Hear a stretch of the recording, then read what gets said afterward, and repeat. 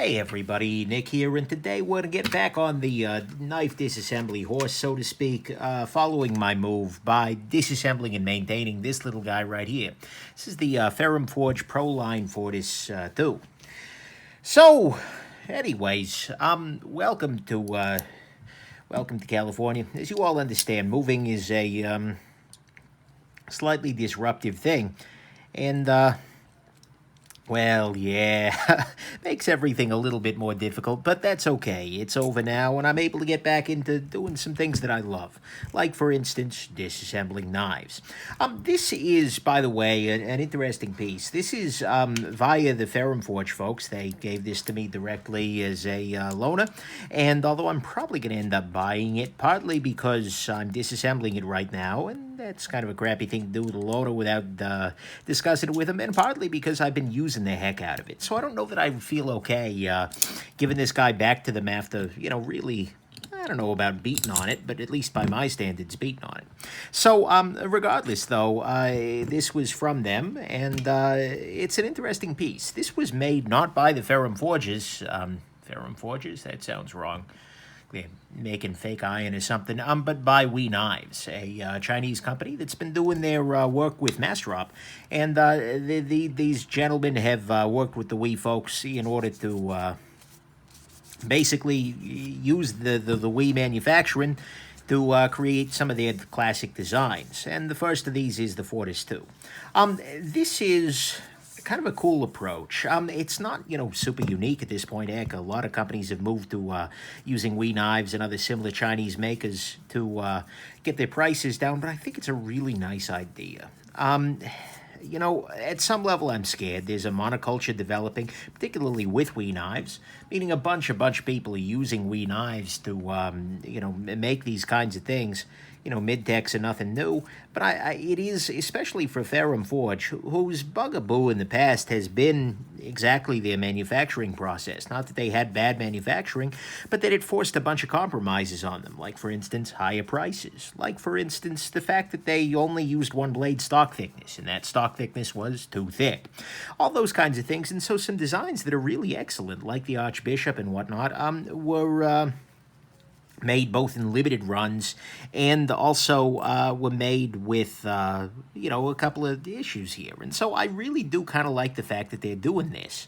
This being the WE Knives collab here, because I feel, well, not collab, I guess, WE Knives OEM versions, because I think you're getting a more compelling value than usual.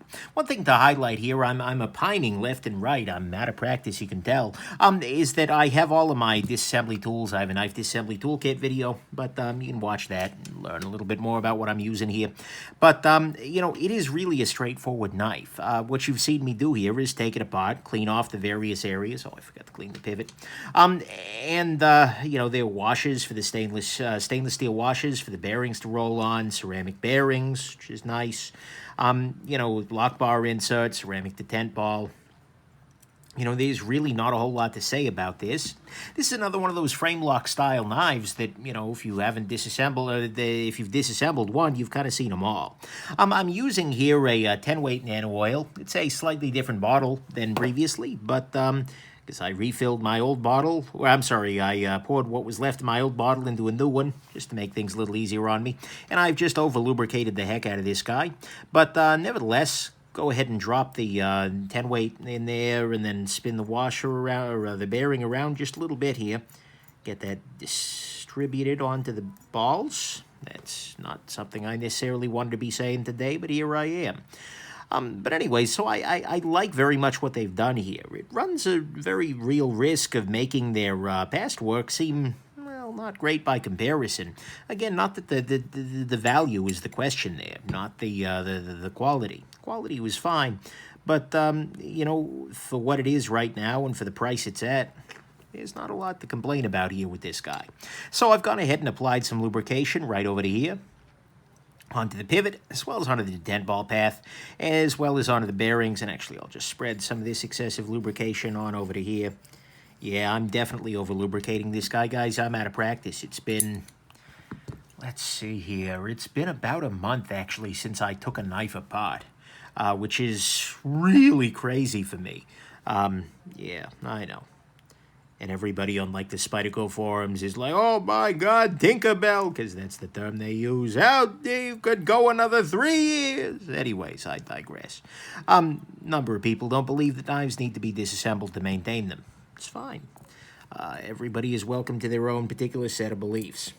They just happen to be wrong, that's all.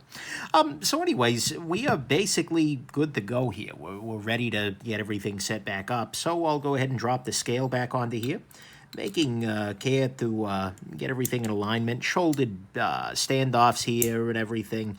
Really, really nicely done overall construction-wise, so can't argue with that. I'm going to go ahead and use a little bit of blue Loctite here on the screws. I really should have. That's what I forgot to do. Email these guys. Hey, can I take your knife apart that you graciously loaned to me? But like I said, I think I'm going to end up buying this guy anyways. It may be a long-term keeper. It may not. It's a great tool. That's 100% for sure.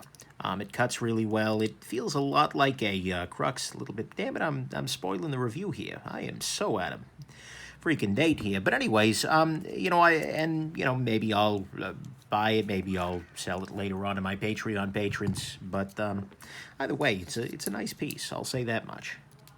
Very, very nice little piece. Alrighty. Then I'm just applying a little bit of blue Loctite to the pivot, to the screws, etc. Very shallow screw there. The depth of the bit isn't very high. The bit depth, if you will. That's a different term from a very different world. But nevertheless, tighten the pivot up here. It doesn't appear to have the Ferrum Forge free spinning pivot. At the very least, the pivot is tooled on the other side, so it doesn't matter so much. So again, there are some major advantages to the way these are being built by We relative to the way that they were being built by the Ferrums. So, you know, I really struggle to get too bad out of shape about all this. There are going to be some people who will, oh, God, that's smooth now. There are always going to be some people, and I'm not even fully tuned yet. There are always going to be some people who object to Chinese manufacturing of pocket knives, but, you know, I'm not among them, and I think that, you know, getting a really nice knife on the table for $250, it's, you know, I can't argue with that. Oh, yeah, that's nice. So anyways, you know, in many ways, this is a weird one to start back off with because it was so straightforward. But, you know, great knife, straightforward. Does the trick, it works. And there you go. So anyways, I hope this is interesting to you and that you have yourselves just an absolutely wonderful rest of your day. Bye now.